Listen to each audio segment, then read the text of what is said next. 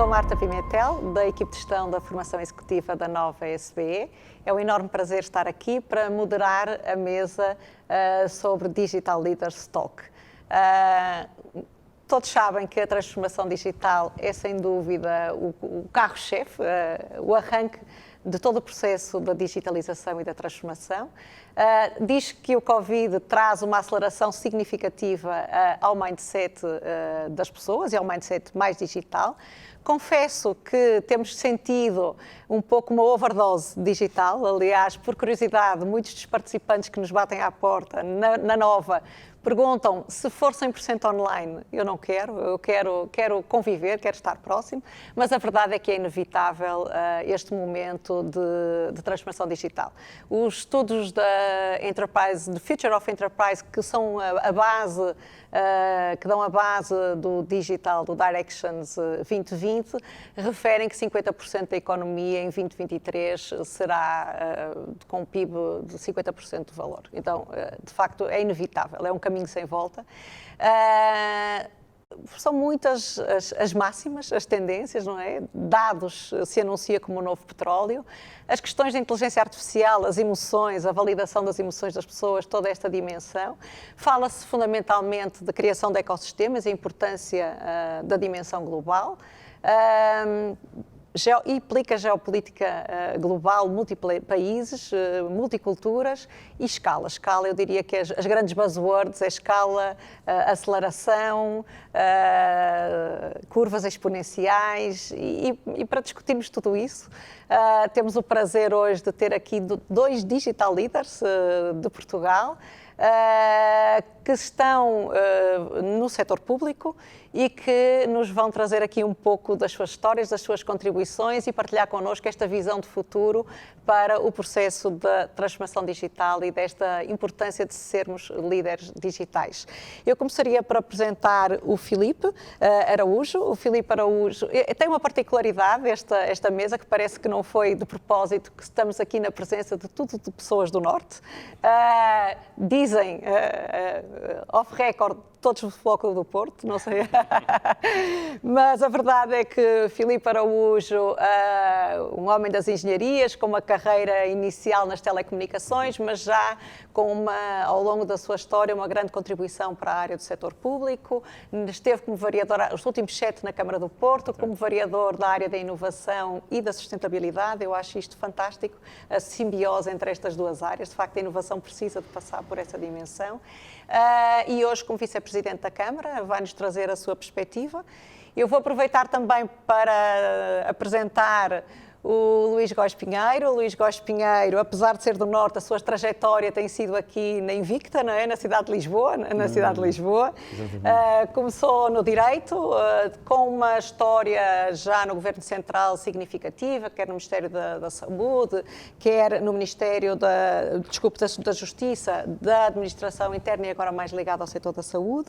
Hoje, presidente da SPMS, Serviços Partilhados do Ministério da Saúde, e com o desafio de uma linha muito significativa para todos nós, cidadãos deste país, a SNS 24, que é a linha de acesso, a porta de entrada, como se fala, de acesso à saúde. Tem um cognome, que é o Simplificador. Vamos tentar entender aqui um pouco melhor, ao longo destes 40 minutos, o que é que isso quer dizer exatamente. A nossa mesa esta talk será organizada por uma intervenção, primeiro do Filipe Araújo e depois do Luís Góes Pinheiro, e a seguir aqui um diálogo, uma conversa entre nós sobre alguns pontos que gostariam de destacar. Filipe, super obrigado e passo-lhe a palavra para a nossa primeira apresentação. Muito bem. Muito obrigado a todos. Antes de mais, é um gosto estar aqui presente no DC Directions 2020. É um prazer poder mostrar um bocadinho daquilo que a cidade do Porto tem vindo a fazer. E se calhar, espero que da apresentação também fique a imagem daquilo que é a estratégia e aquilo que pensamos acerca desta tal transição digital, se calhar um bocadinho acelerada com esta questão do Covid, e se calhar começaria por aí. A lógica da cidade inteligente, para mim, está muito associada, e por estarmos a falar de setor público, ao bom uso do dinheiro público e à forma como nós podemos, de facto, ter uma gestão eficiente e isso o digital é extremamente importante.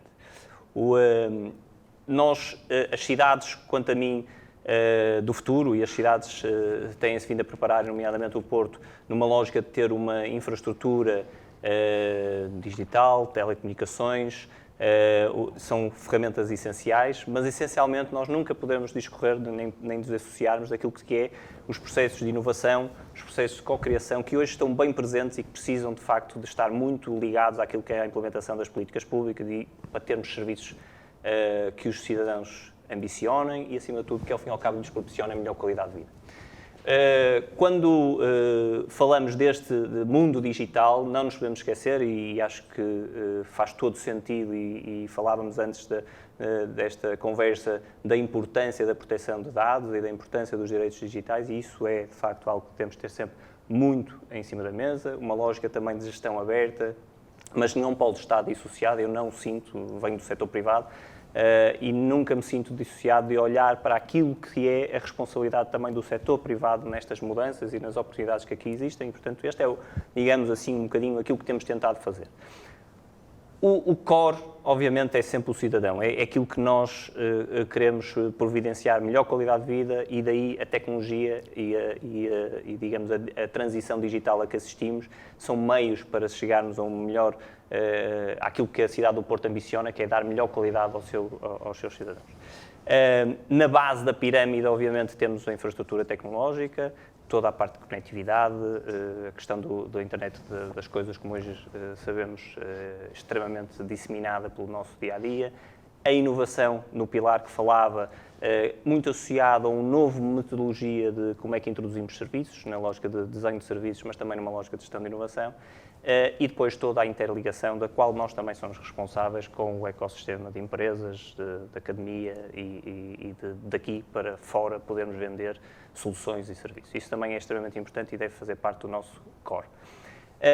Na infraestrutura tecnológica, eu queria dar aqui uma imagem do que é que o Porto tem sido. Nós temos algo sui generis, porque somos detentores de uma própria infraestrutura de fibra óptica. Nós temos cerca de 4.000 km de fibra óptica espalhados pela cidade, com uma certa capilaridade, ao fim e ao cabo, ligando já milhares de dispositivos, que passam por dispositivos, por exemplo, que potenciam a ligação através do Wi-Fi. Nós temos cerca de 1,3 milhões de dispositivos que estão ligados à rede, mas também por sensores ambientais, sensores de mobilidade, beacons, um projeto que em breve iremos lançar e será melhor conhecido, todas as câmaras que ultrapassam a 150 e que nos permitem uma melhor gestão, todas as dezenas de milhares de smart meters que temos naquilo que é a nossa empresa municipal de águas. Portanto, há um trabalho muito grande feito nesta parte da infraestrutura, que eu não vou discorrer nem falar muito sobre ela, mas queria dar esta imagem de que faz parte da baseline. O que importa depois perceber é que toda esta infraestrutura produz dados e que esses dados, para se tornarem informação, para serem realmente relevantes, têm que interagir. Estas plataformas têm que interagir. E para isso é muito importante falar num conceito de plataforma urbana. O que é isto, uma plataforma urbana? É um conceito de infraestrutura de dados que gera estes dados, que traduz isto em informação, mas que se assenta em princípios que para mim são basilares e que são os únicos que eu vejo que podem conduzir a um futuro sustentável. E que passam muito por quê? Interoperabilidade, estándares abertos, uma lógica de termos toda aquilo que é a inovação que discorre daqui, que seja possível nós controlarmos. E isso nós temos trabalhado nas tais redes internacionais, o que é extremamente importante, por exemplo, integrando uma que é a Open and Agile Smart Cities, onde nós temos vindo a desenvolver, com um grupo muito alargado de cidades, mecanismos, por exemplo, mínimos de interoperabilidade. O que é que isto quer dizer? Quer dizer que mesmo em termos de legacy systems, sistemas já existentes, como é que nós nos conseguimos interligar nestas plataformas urbanas e daí tirar o valor que queremos. Isto é absolutamente crítico para as cidades, absolutamente. Não há vários modelos de prosseguir, mas os únicos que eu tenho visto com algum sucesso é estes. Ou seja, nós conseguimos agregar as informações que vêm dos tais, daquele slide que mostrava, dos vários sensores, de tudo o que está a evoluir e que vai evoluir a uma velocidade estonteante e como é que nós os conseguimos integrar. Portanto, este é um ponto absolutamente crítico para nós. Nós hoje temos uma panóplia de serviços. E eu trouxe aqui só, obviamente, escolhi alguns exemplos. Estes são uns exemplos que têm a ver com a identificação de contentores partidos ou outro tipo de coisas. De onde é que vêm estes exemplos? Os caminhões de lixo, nós fazemos todos os dias o suficiente número de quilómetros para ir a Paris e vir, para terem uma ideia. E o motorista hoje tem um papel crítico na gestão. Ele não só trata daquilo que nós todos sabemos que é recolher os caixotes e os contentores, mas trata de, através de um smartphone que tem na sua cabine, de identificar todas estas coisas que estão relacionadas com o serviço. E daí interagir com uma plataforma urbana e daí suscitar uma série de coisas a seguir. Estes, por exemplo, são sensores de ruído em que nos permitem perceber o que é que se passa numa determinada zona da cidade e eu depois darei uns exemplos engraçados, mas são toda esta informação coligida que a plataforma urbana depois disponibiliza. Outro dos pontos absolutamente críticos é que não basta ter dados. É o que é que nós depois vamos fazer com esses dados? Quais são, portanto, todos aqueles sensores, de toda a identificação do contentor partido, o que é que depois nós fazemos com isto? Este é um exemplo, provavelmente em letra muito pequenina, não sei se se verá, mas eu explico. É uma plataforma de gestão de mobilidade associada àquilo que é hoje comumente conhecido pelas trotinetes. O Porto tem uma série de regras sobre, por exemplo, o uso das trotinetes, que têm que ser recolhidas à noite, têm que estar parqueadas em sítios específicos. Ao fim e ao cabo, quer gerir bem o espaço público, quer gerir. E isto advém de quê? Da tal plataforma urbana que interconecta com as plataformas das empresas que prestam este serviço e que nos ajuda depois a fazer uma boa gestão da cidade. Outro dos exemplos é um dashboard de apoio à decisão que nós usamos para quê? E em baixo, não sei se conseguem ver, mas tem uma timeline. Os dados de gestão de cidade são dados geográficos, mas são dados temporais. Aquilo que hoje que está a acontecer na cidade não será o que vai acontecer daqui a umas horas, não foi o que aconteceu há uma semana atrás. Por exemplo, nas linhas azuis, tem impedimentos de estacionamento naquelas ruas. E nós conseguimos tomar decisões em conjunto, com várias empresas em cima da mesa, sobre, de facto, o que é que pode ocorrer ali. Se pode ocorrer um espetáculo, se pode ocorrer, ou se a obra pode correr ali, dado que há outra que ainda está a decorrer. Portanto, todas estas ferramentas de apoio à decisão advêm destes dados que são extremamente importantes. O nosso cérebro de gestão, as cidades tornaram-se muito complexas de gerir, estão cada vez mais complexas de gerir, e nós utilizamos muito aquilo que é o Centro de Gestão Integrada, que funciona 24 horas por dia, e onde tem assento os bombeiros, a polícia, todas as infraestruturas, a gestão dos resíduos, etc., 24 horas por dia, interagem entre eles e potenciam estes dados para a tomada da decisão. As cidades, este é um exemplo, mas eu estou certo que todas as cidades com alguma complexidade irão ter esta necessidade para uma gestão que, nos grandes eventos, para terem uma ideia, esta sala é ocupada pelo INEM, que gera a partir daqui as emergências, pelos STCP, pelos autocarros, pela própria metro, todas as infraestruturas da cidade crítica estão aqui. Este é outro dos exemplos de utilização de dados. Nós temos, por exemplo, este é um projeto interessante que nós fizemos, em que tínhamos uma câmara instalada. Para que é que servia esta câmara? Esta câmara estava associada à iluminação. E a iluminação era gerida, a sua intensidade, isso hoje em dia a tecnologia permite-nos isso, a sua intensidade era gerida, aumentava ou diminuía consoante o volume de tráfego. Isto induziu uma série de poupanças, que nós, obviamente, em género de piloto, mas queremos depois começar a expandir este tipo de tecnologia. Mais uma vez, a informação para a tomada de decisão subsequente. Outro dos exemplos que nós usamos muito e que falamos é como é que se muda uma frota municipal para elétrica. Nós fizemos isto já há uns anos atrás, nós hoje temos mais de 4 milhões de quilómetros percorridos com carros elétricos, para terem uma ideia, portanto é de facto muito já o know-how que temos em termos destes serviços, e fizemos porque tínhamos um conjunto de dados que nos apoiou nessa decisão. Passando desta parte toda de dados, de informação, como é que geramos valor, é muito importante que depois nós não nos fiquemos, o setor público às vezes e as empresas também, muitas vezes pensamos que sabemos o que é que queremos e não trabalhamos na área de inovação. Portanto, temos que ir ao encontro do cidadão, temos que desenhar serviços, temos que utilizar a cocriação, temos que fazer toda a implementação. Nós temos uma associação Porto Digital em que trata destes pontos. Outro dos pontos em que nós lançamos foi a plataforma de gestão de ocorrências, que hoje utilizamos para todas as ocorrências da cidade e tomada de decisão mais uma vez, mas que foi feito utilizando estes princípios de desenho de serviços. Um patamar que nós atingimos foi, com a questão do Covid, passamos a ter praticamente tudo digitalizado e o serviço prestado ao cidadão ou é através desta linha telefónica que criamos e onde agrega todo, nós temos cerca de 25 mil chamadas por mês nesta linha, ou através do online. Nós praticamente hoje é só esses dois canais onde temos para atender.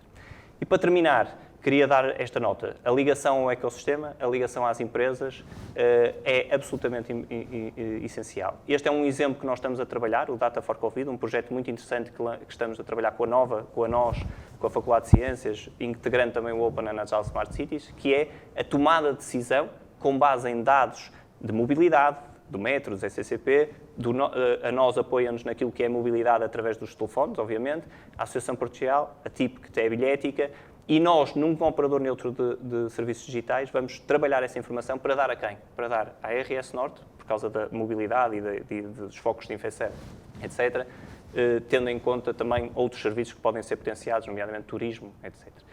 Estes são os exemplos. Antes da pandemia, a seguir à pandemia, o que é que acontecia e como é que nós monitorizamos estas coisas. Nós fomos produzindo estes relatórios para apoio à decisão do Executivo Municipal. E, para terminar, o meu último slide, que tem a ver com a introdução que fez, que é a importância das redes.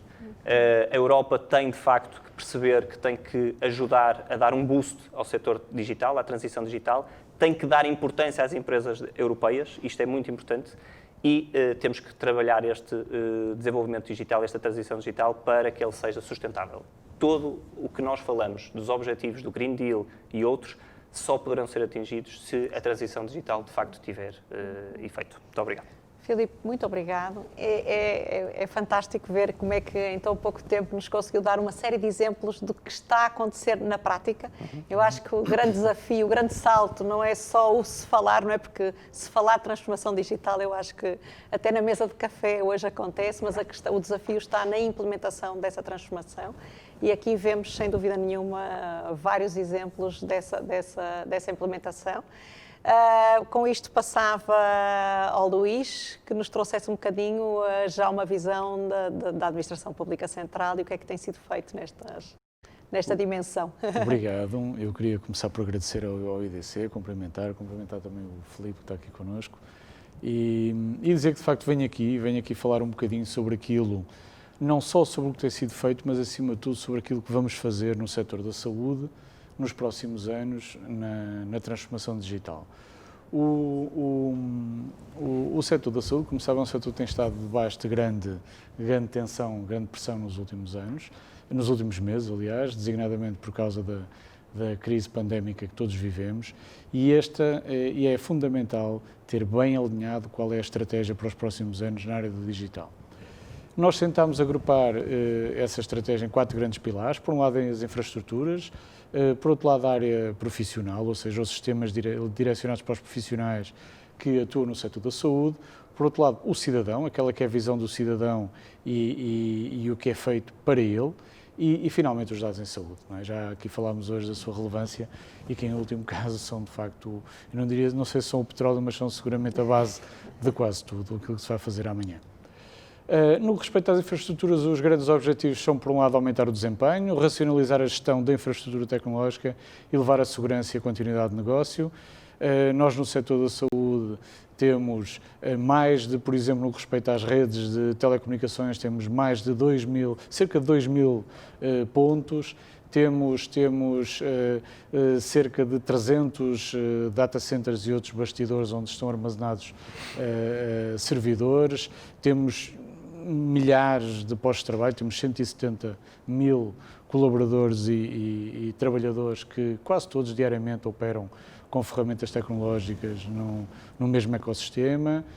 E, portanto, o caminho vai ser o de melhorar estas infraestruturas, melhorar as autoestradas de informação, modernizar os data centers e os postos de trabalho. Isto passará muito, por estranho que possa parecer, pela sua redução, portanto, neste caso, menos é mais, e, portanto, o nosso objetivo é, efetivamente, diminuir o número destas infraestruturas, mas garantir que ainda assim são mais do que uma, para que possamos finalmente ter um plano, de futuro e robusto, de continuidade de negócio, com o risco mais reduzido e a operação mais segura. Por outro lado, também os utentes são parte disto tudo, até por causa de todos os aspectos que já falámos aqui. Nós temos de ter os utentes, não necessariamente os doentes, a ligarem-se nas várias infraestruturas de saúde e, portanto, já hoje estamos a trabalhar nesse sentido. E, portanto, falando um bocadinho do que já está feito neste caminho, nós acabámos de implementar, a migrar a nova rede informática da saúde, a nova RIS. Estamos a falar de 1948 locais que foram migrados. Estamos a falar de um mínimo, no caso dos hospitais, de 500 megabits por segundo, 40 megabits por segundo no caso dos cuidados de saúde primários. E isto foi feito, a implementação, a migração de todos estes locais foram feitos entre meados de maio até o final de agosto deste ano. Portanto, em pleno contexto da Covid-19, a verdade é que fez-se uma intervenção estrutural que não foi feita a pensar no momento, foi feita a pensar no futuro. Por outro lado, também neste momento estamos em fase de entrega de 30 mil telefones fixos e 30 mil telefones móveis para os profissionais de saúde que trabalham nos cuidados de saúde primários. Já lançámos o projeto Wi-Fi Utente, quer nos hospitais, quer nos cuidados de saúde primários. São quase 1.700 locais que hoje já têm Wi-Fi gratuito para todos os utentes que nos visitam, e estamos neste momento a tratar das redes locais, porque na verdade criámos autoestradas muito ágeis de entrega dos dados à porta das unidades, mas depois é preciso que lá dentro haja também essas condições. E portanto estamos neste momento com o concurso lançado para os procedimentos de aquisição das redes locais nos cuidados de saúde primários. No âmbito daquilo no que respeita às ferramentas para o profissional, o objetivo é simplificar o trabalho dos profissionais, portanto, eliminar atos inúteis, criar automatismos que trabalhem pelo profissional quando isso for possível, criar condições para a maior mobilidade. Hoje em dia o teletrabalho tornou-se uma realidade em todas as áreas, mesmo naquelas que ainda há bem pouco tempo era, não diria tabu, mas em que não seria muito evidente de que forma é que determinado tipo de tarefas poderiam ser feitas à distância. Hoje a mentalidade mudou, a visão é outra e é preciso criar condições. É preciso também simplificar o acesso à informação dos utentes. Há muita informação sobre as pessoas e haverá ainda mais informação sobre as pessoas que procuram cuidados de saúde, e os profissionais têm que tirar valor dessa informação, e exatamente para apoiar a tomada de decisão. Na verdade, é absolutamente essencial. Baixar o risco, aumentar a produtividade, aumentar a eficiência, tudo pode ser feito com essas ferramentas de apoio à decisão, nas várias dimensões dos profissionais da área de saúde, ou seja, não só na parte clínica, mas também na componente de gestão, na componente administrativa, em todas elas. E de facto, em última análise, até exatamente por causa da componente da gestão, para aumentar a eficiência das organizações. As ações que vamos desenvolver, por um lado, nos próximos anos, estamos a falar de novos sistemas de informação que em muitos casos vão substituir os existentes, estão a ser desenvolvidos já usando a arquitetura de microserviços, que ainda hoje foi aqui falado, exatamente com esse propósito, vai ser uma substituição paulatina, mas estruturada, orientada e não diria global, mas diria com o objetivo de, pelo menos, criar condições para que, no âmbito dos sistemas mais relevantes da saúde, haja uma uniformização tecnológica e funcional, que hoje não existe. Estamos a falar de mais de 80 sistemas, só aqueles que são geridos pela SPMS, fora aqueles que são dos hospitais ou até das ARS. Portanto, estamos a falar de uma imensidão de sistemas, com tecnologias diferentes, com idades diferentes, e do ponto de vista da gestão destes sistemas é colossal o esforço, como imaginam, e com todas as desvantagens que daí decorrem. Por isso, mais uma vez, é uma área em que menos é mais, porque efetivamente tem que haver aqui uma uniformização e uma redução do número. Por aí, evidentemente, acompanhado de um reforço do desempenho, que será quase evidente, e de um incremento da interoperabilidade, também já que isso falou, quer dizer, nós não só para reduzir tarefas repetitivas, como diz ali, mas também para tirar todo o partido daquilo que pode efetivamente acontecer automaticamente, ou do valor que pode ser acrescentado, pelo facto de um número imenso de sistemas que hoje existem, até fora do SNS, designadamente no setor privado, nos prestadores privados, interagirem diretamente e automaticamente com os sistemas de saúde, com vantagem. Eu falo dos meios complementares de diagnóstico, faz todo sentido, quer dizer, vamos fazer uma análise, a informação dessas análises tem que estar imediatamente absorvidas pelo sistema. Vou fazer um TAC, vou fazer um raio-x, tem que a informação estar imediatamente absorvida pelo sistema. E desenvolver sistemas de apoio à decisão, já aqui falámos, quer para os profissionais, quer para as organizações, apostar nas ferramentas de teletrabalho e promover ferramentas de telesaúde.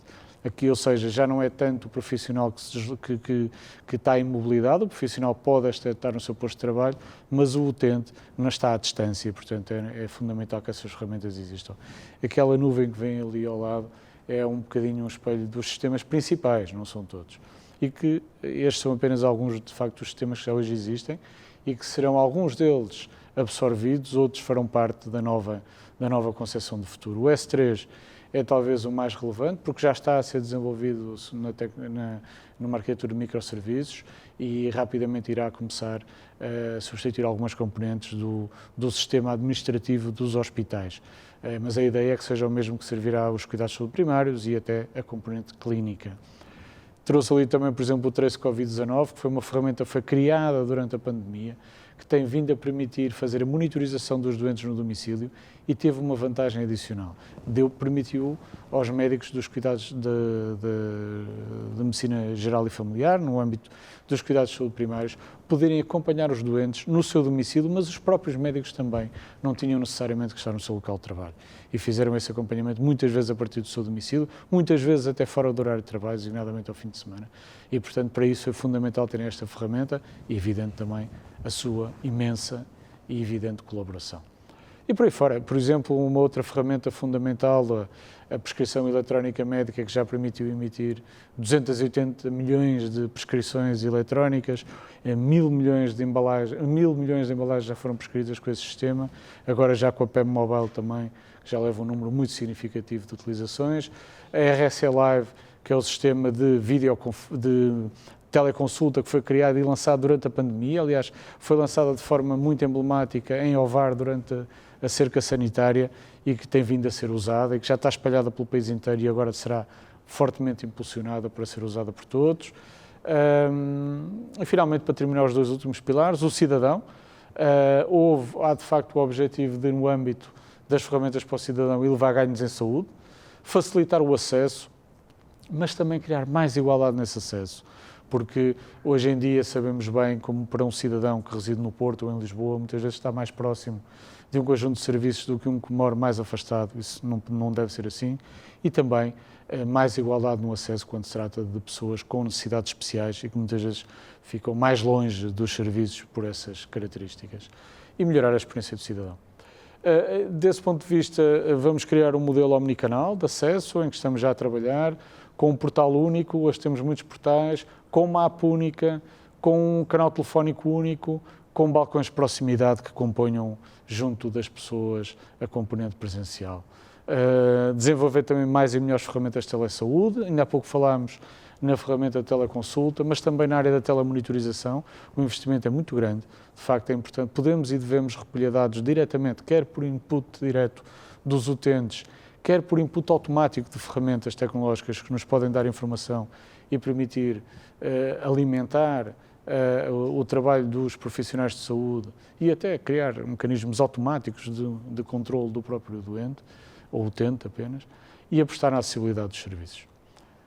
O que está a ser feito, nós hoje temos muitas apps, o MySNS Carteira, o MySNS, o MySNS Tempos, a Stay Away Covid, que foi agora lançada numa parceria com a Inesctec e que permite monitorizar os contactos de proximidade entre pessoas que contactaram com pessoas que depois vieram a ser diagnosticadas com Covid-19.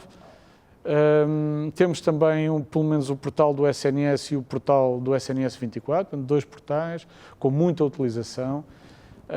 E temos a linha SNS 24, que não é a única linha do SNS, nem se pretende que seja a única linha, mas que fruto da notoriedade tem vindo a ter. Neste momento ganhou pelo segundo ano consecutivo o prémio Marketeer na área de saúde e bem-estar. Deve ser de facto o canal presencial de acesso. Desde o início do ano já atendemos mais de 1.700 pessoas nesta linha. Portanto, além dos novos serviços, como por exemplo a linha de atendimento para surdos, que torna hoje os cidadãos com essa característica mais iguais àqueles que não a têm. E finalmente os dados. O objetivo é obter mais dados, elevar a qualidade dos dados e reutilizar mais e melhor esses dados. E, portanto, queremos consolidar os registros nacionais, quer os de cidadão, dos profissionais, das entidades, dos documentos, reformular os sistemas de informação, já aqui falámos, os sistemas a arquitetura dos sistemas já leva em conta a necessidade deles gerarem dados automaticamente e de alimentarem o data lake que vamos criar, que estamos neste momento a desenvolver para lidar com esses dados, alargar os pontos de recolha, por exemplo, por via da telemonitorização, do auto-report, ampliar a capacidade de armazenamento. Hoje em dia nós geramos uma enormidade de dados que se perdem, que não são usados, que são deitados fora. É mesmo assim, porque não são armazenados. E isso não pode, temos que inverter esse caminho, disponibilizar mais dados abertos e apostar na inteligência artificial. E, portanto, para terminar, nós hoje, neste caminho de melhorar a qualidade dos dados, temos vindo a elaborar catálogos semânticos, temos já 15 catálogos com conceitos bem definidos que sejam usados em todo o sistema. Temos já 11 catálogos, quero dizer, estamos a trabalhar em mais 5 até ao final do ano. Também nos registros nacionais estamos a trabalhar.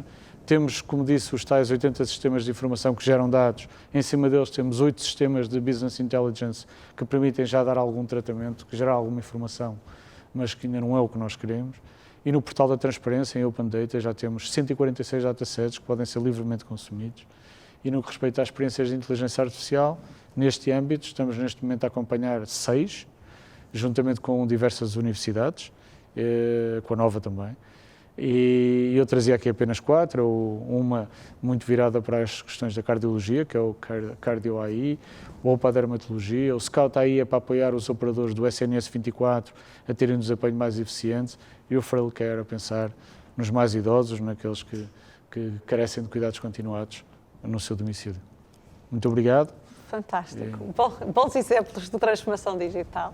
Obrigado. Eu gostava só de começar por provocar um bocadinho, porque estamos aqui a ver exemplos de entidades públicas que estão a assumir uma liderança digital. Então, early adopters, usando aqui a terminologia da inovação. Que desafio é esse, não é? De puxar a carroça, que desafio é esse de fazer acontecer a transformação digital num contexto conturbado como está este? Eu deixava aí em aberto, não sei se quisessem comentar os dois. Posso começar? Bem, se a pergunta estiver direcionada para o contexto que vivemos ainda há pouco tempo, eu acho que o desafio foi muito grande, ou seja, nós de um momento para o outro, todos, eu acho que foi todos, portanto não é o setor público ou o setor privado, de repente vimos abraços com uma tomada de decisão que foi em curtíssimos espaços de tempo e a maneira como nós conseguíamos pôr pessoas em casa a trabalhar e manter o mesmo nível de serviço.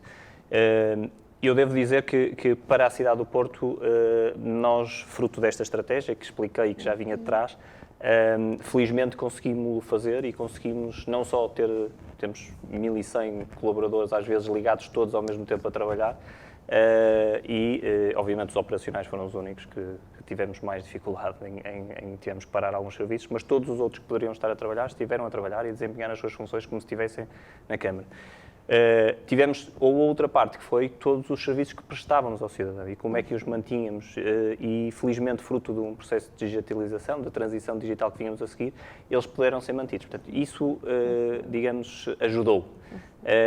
O que também aconteceu neste período, e estou certo que o Luís terá a mesma imagem, é que esta situação obrigou-nos a acelerar muitas coisas que nós tínhamos em carteira e que de repente viemos trazer para cima da mesa. Eu dou um exemplo engraçado que é, uma das coisas que eu discutia com a minha equipa no início era como é que vamos, as pessoas que querem consultar processos, vulgo, uma pessoa vai à Câmara ver um processo antigo, está no arquivo histórico, como é que fazia? Pois isso hoje em dia é feito de forma digital na Câmara do Porto, através de uma plataforma em que a pessoa se liga e consegue... Isso foi feito durante a pandemia. Algum comentário sobre isso? Quer dizer, eu diria que no setor da saúde sentiu-se com um grande impacto, não é? Todos vivemos, aliás, né? Todos os dias sentimos que vivemos num contexto muito especial, num contexto que nos apanhou todos de surpresa, que nos apanhou com muita força e que é uma fatalidade, eu diria mesmo uma fatalidade muito grande. Mas acho que foi a obrigação de todos, e é a obrigação de todos, tentar, na medida do possível, transformar ou aproveitar este contexto de fatalidade da melhor maneira e preparar-nos também não só para lidar com ela, mas também preparar-nos para o futuro. E foi isso que tentámos fazer no setor da saúde durante este período, na área do digital. Quando eu iniciei funções logo no início 3 dias depois do primeiro caso de Covid em Portugal, portanto, entrei mesmo foi uma entrada em que as coisas começavam, de facto, a bater forte aqui em Portugal. E o primeiro desafio, provavelmente o mais relevante logo no início, foi lidar com a procura do SNS 24, por exemplo, que era uma linha que estava dimensionada e para um cotidiano normal não estava dimensionada para ter de lidar com uma pandemia. Eu li que era 75% de crescimento. O crescimento, depois de se tirarmos o pico de março, que foi um mês muito especial, foi um mês em que as pessoas reagiram com muitas dúvidas relativamente à doença, até com algum pânico associado. O que sobrou foi, de facto, uma procura que, neste momento, diria que é da casa dos 75% face à procura dos anos anteriores. Aliás, até em alguns meses, até um bocadinho mais. E foi preciso reagir muito rapidamente. E a resposta que foi dada não foi, evidentemente, eu sei que quando se olha para uma linha telefónica, pensa-se a única hipótese de responder melhor é pôr mais gente a atender. A resposta não foi só essa. Não é necessariamente assim.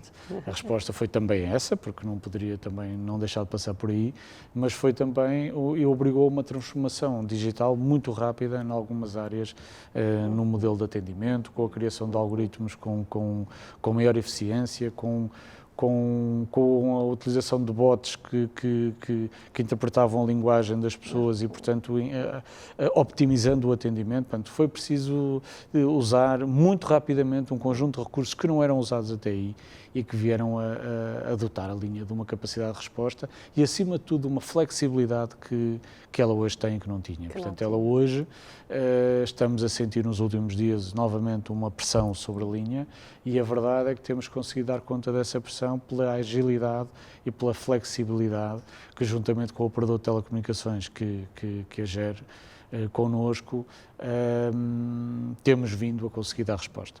Esse é um exemplo. Outro exemplo, e era o que gostaria de dar, foi a capacidade de as equipas perceberem muito rapidamente que tínhamos ali um objetivo nacional, era mesmo muito importante focarem-se no desenvolvimento de soluções inovadoras que dessem resposta às novas necessidades e entregarem-nos muito rapidamente. Aconteceu isso, por exemplo, com o Trace Covid-19. Foi uma ferramenta que foi criada, foi lançada no dia 26 de março, foi desenvolvida em 2 semanas, na sua fase inicial, agora já tem muito mais maturidade e permite até outro tipo de operações, designadamente é hoje uma ferramenta de apoio à decisão muito significativa, mas na altura era uma ferramenta que permitia aos médicos de medicina geral familiar e aos médicos de saúde pública, quando contactavam os doentes no seu domicílio, fazerem o registro dessas operações nessa ferramenta. Uma ferramenta centralizada e que deu ser muito boa conta de si e que é um excelente exemplo daquilo que foi feito em cima do acontecimento, pela necessidade que surgiu com a pandemia e pela capacidade de resposta. Eu aí também tive muita sorte, porque tinha de facto equipas muito boas. Eu queria pegar nesse ponto. A equipa era muito boa, a equipa é muito boa e desde o primeiro momento esteve mais do que disponível para entregar a sua capacidade, a sua qualidade e o seu empenho às necessidades da pandemia. Eu queria lhe pegar nesse ponto, porque assim, temos uma dimensão que exploraram, acho que lindamente, sobre até usando a sua metáfora, as autoestradas digitais, não é? Esta capacidade da infraestrutura digital estar a serviço das cidades, a serviço do país, a serviço dos seus utentes. Mas há toda a questão da fluência digital, não é? Porque nem todos nós somos nativos digitais. Nós temos aí e vi nas apresentações também se usar muito o conceito de otimização, obviamente, não é? Porque todas estas ferramentas nos permitem essa otimização. Então eu acho que isso tem aqui um duplo desafio do ponto de vista dos indivíduos e da sociedade, que é, por um lado, como é que a gente requalifica, não é? Tem um universo gigantesco de pessoas para colocar dentro deste cenário digital e, por outro lado, como é que a gente lida com a questão do emprego, não é? Porque a otimização e eficiência pode gerar desemprego nos lados, reemprego em outros setores, não é? Como é que estão a lidar com isso? Se é que isso já está a ser posto nestas experiências ainda, neste avançar, porque na verdade a curva é exponencial na tecnologia, mas os humanos, os sapiens, são um pouco mais lentos nesta adaptação. Não sei se quer começar.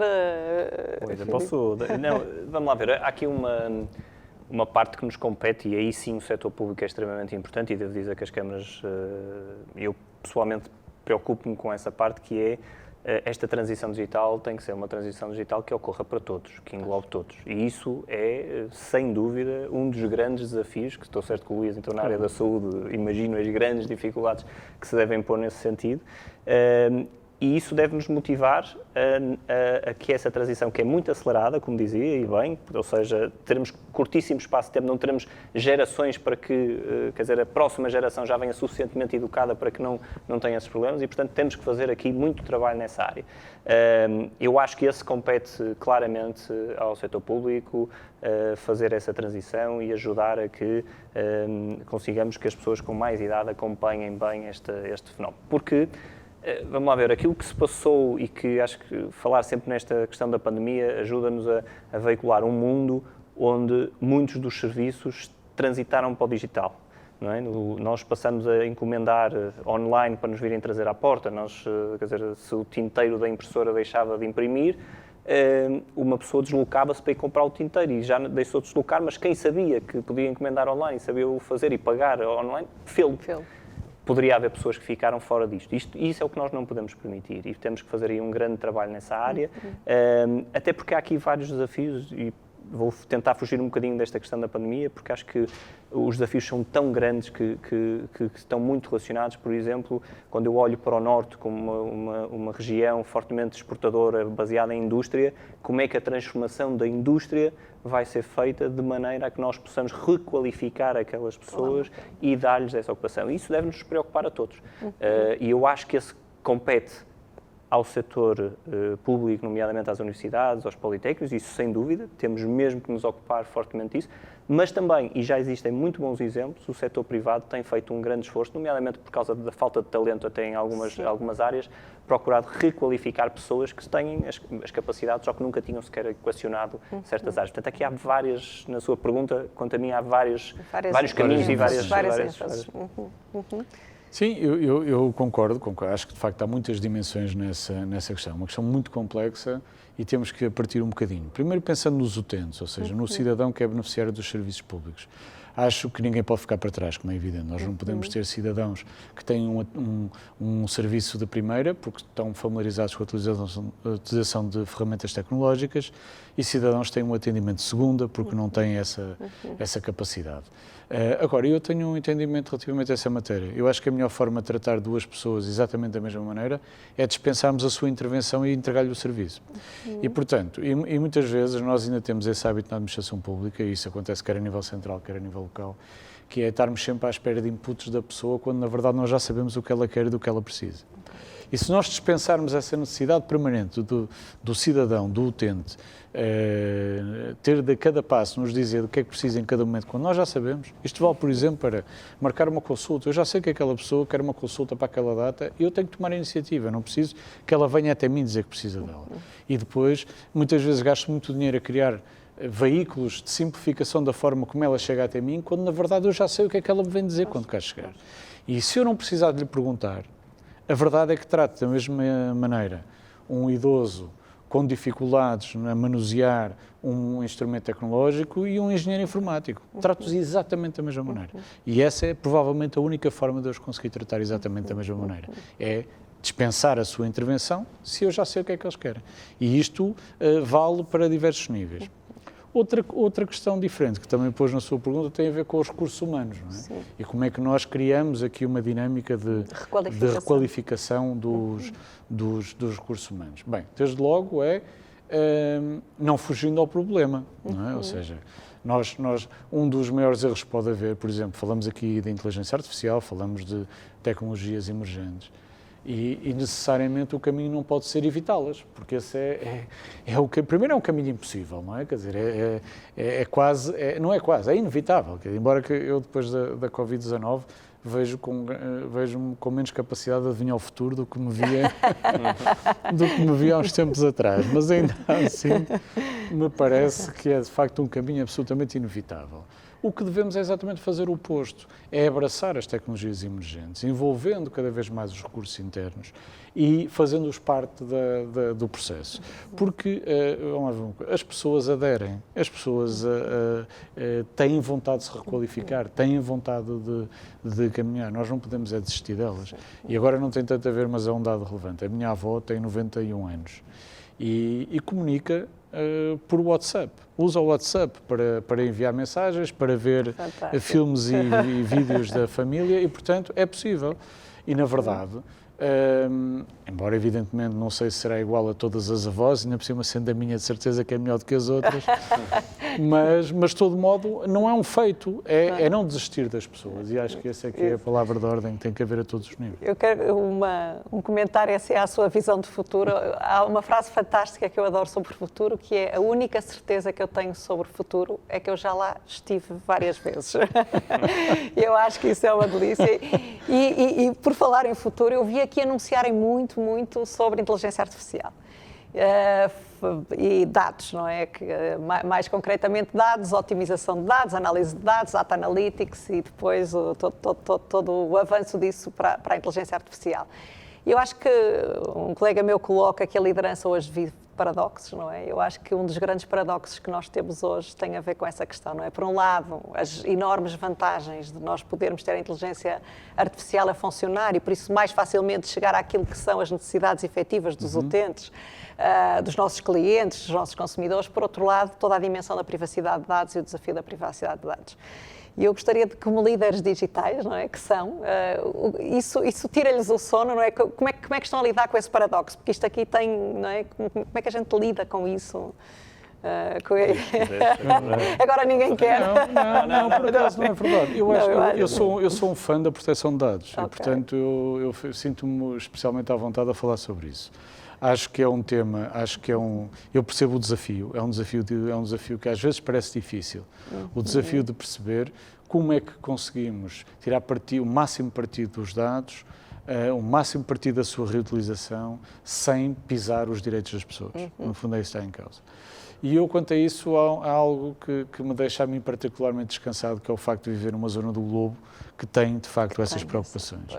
E que tem vindo por essa via a marcar a liderança global no que respeita aos direitos das pessoas e à garantia desses mesmos direitos. E acho que essa é exatamente uma zona em que se demonstra que é assim. A melhor forma de garantir a proteção de dados é ela fazer parte de uma forma quase global de toda a organização. Eu vejo na minha casa. A minha casa é uma casa que não é só tecnologia. Não é? A SPMS faz compras, a SPMS trata de um conjunto de áreas de serviços partilhados da saúde muito abrangentes, mas tem uma componente tecnológica gigantesca. E todas as pessoas daquela área vivem a proteção de dados. A proteção de dados está presente. Não há decisões que sejam tomadas sem consultar os períodos internos de proteção de dados. Portanto, e é essa a maneira de garantir que isso é cumprido, que em cada momento, quem está a tomar uma decisão, está a tomar essa decisão tendo plena consciência de qual é o impacto que aquela decisão tem nos dados que eventualmente vão ser usados. E isso é bom. E isso não impede de chegar onde se pretende chegar. Eu vou-lhe dar um exemplo. Agora, pode exigir mais criatividade. Mas isso é bom, porque o facto de nós exigirmos... Mais consciência, não é? Mais tomada de consciência. Sim, mas criatividade. Eu vou dar um exemplo. A ferramenta Stay Away Covid, que foi criada pelo Inesctec e que é aceita e adotada pelo Estado português como uma ferramenta de rastreio de contactos automática. Quando se começaram a falar deste tipo de ferramentas, as primeiras que existiam e que vinham de algumas zonas do terreno em que os direitos, as zonas do globo em que os direitos das pessoas são mais flexibilizados quando o interesse coletivo se manifesta, assentavam essencialmente na utilização do GPS como ferramenta de monitorização da localização geoespacial das pessoas. E desde o início que houve uma grande resistência à adoção de ferramentas com essas características no território europeu. E isso forçou o nascimento até de uma nova tecnologia, da utilização de uma nova tecnologia, que depois veio a ser amplamente usada e que provavelmente vai ser aquela que vai servir de base à utilização deste tipo de ferramentas à escala global, usando o Bluetooth Low Energy como forma de detecção de distâncias e de contactos, em vez de usar o GPS. E criando uma ferramenta que garante, de facto, um nível de anonimato absolutamente extraordinário e que permite chegar a fins muito próximos daqueles que eram atingidos pela ferramenta que usava dados. Ou seja, é possível balancear estas duas. Mas o que é preciso é que a criatividade esteja sempre presente. Se soubermos qual é a nossa linha vermelha, se soubermos porque é que não a podemos passar, se soubermos que essa é parte do nosso acervo enquanto cidadãos europeus e parte da nossa marca perante muitas outras zonas do globo que não pensam da mesma maneira, nós sabemos que com criatividade conseguiremos encontrar a solução. Filipe, alguma nota sobre...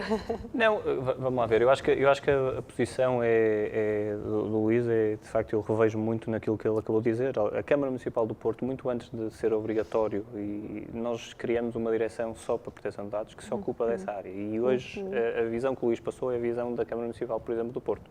Não há nada que surja sem que a proteção de dados esteja envolvida. Atenção, e ao contrário do que é quando nós falamos de proteção de dados, aliás, a sua pergunta até já iniciava isso, parece que nós temos... Não, é exatamente o contrário. Eu hoje olho para a proteção de dados como alguém que é um facilitador de encontrar uma solução. E olho que tem acontecido em diversos casos, até reduzindo o nível de complexidade de algumas coisas que o Luís há bocadinho disse. Nós às vezes pedíamos coisas que não eram precisas para nada. Tipo este tipo de coisas que nunca ninguém se questionou, e estas pessoas são muito talhadas para este nível de serviço. O que eu acho é que nós estamos perante um mundo em que nós temos um overload de dados. E, atenção, nós hoje já convivemos, o Luís dizia há bocadinho, há dados que nós desperdiçamos e até devíamos guardar. Nós temos um overload de dados. As cidades são, por excelência, uma loucura, exatamente, é uma boa expressão, uma loucura de dados a fluir de todos os lados. E como é que nós vamos fazer uso disso? E eu acho que a complexidade assume um tal grau que é precisamente não passando uma linha vermelha, mas não tendo medo de evoluir e de inovar nessa gestão, porque é a complexidade de um sistema nacional de saúde ou a complexidade de uma cidade, por acaso até achei muito interessante a apresentação do Luís e a junção que vocês fizeram aqui no painel, porque de facto são dois sistemas muito complexos, se quisermos olhar, e com uma lógica muito comum de estratégia. E eu acho que esta complexidade obriga mesmo a que nós nunca ponhamos de parte, muito pelo contrário, sermos early adopters destas tecnologias, tendo consciência, acho que hoje isso é muito aceito, mas na Câmara Municipal de Porto é ponto assente, que a proteção de dados é uma ajuda e não propriamente uma dificuldade, pelo contrário. Acho fantástico. Eu achei muito interessante no estudo Enterprise que a EDC fez sobre a dimensão do Future of Trust e comentava que havia uma tendência que nas próprias empresas iria ter um C-level que era um diretor de confiança, não é? Que eu acho que também tem, por um lado, a ver com as preocupações e a tal linha vermelha, mas, por um outro lado, também dar a confiança a todos os colaboradores e a todos os clientes dessa empresa de que essa linha vermelha, essa linha existe de uma maneira muito simples. Nós, nas instituições, quando vemos a própria estrutura a utilizá-la, é sinal que o trabalho nós já não precisamos fazer mais nada. E isso, na Câmara do Porto existe, e olho que não foi das coisas mais difíceis que tive de fazer. O tempo passa a correr, chegamos ao nosso horário. Eu queria agradecer imensamente a ambos. Acho que foram exemplos incríveis de como transformar, de facto, uma liderança digital, quer enquanto as entidades públicas que representam, quer enquanto os exemplos de liderança que trazem aqui. Obrigadíssimo à EDC, muito obrigado e espero encontrar-nos em outros fóruns. Boa tarde a todos. Eu que agradeço. Obrigado.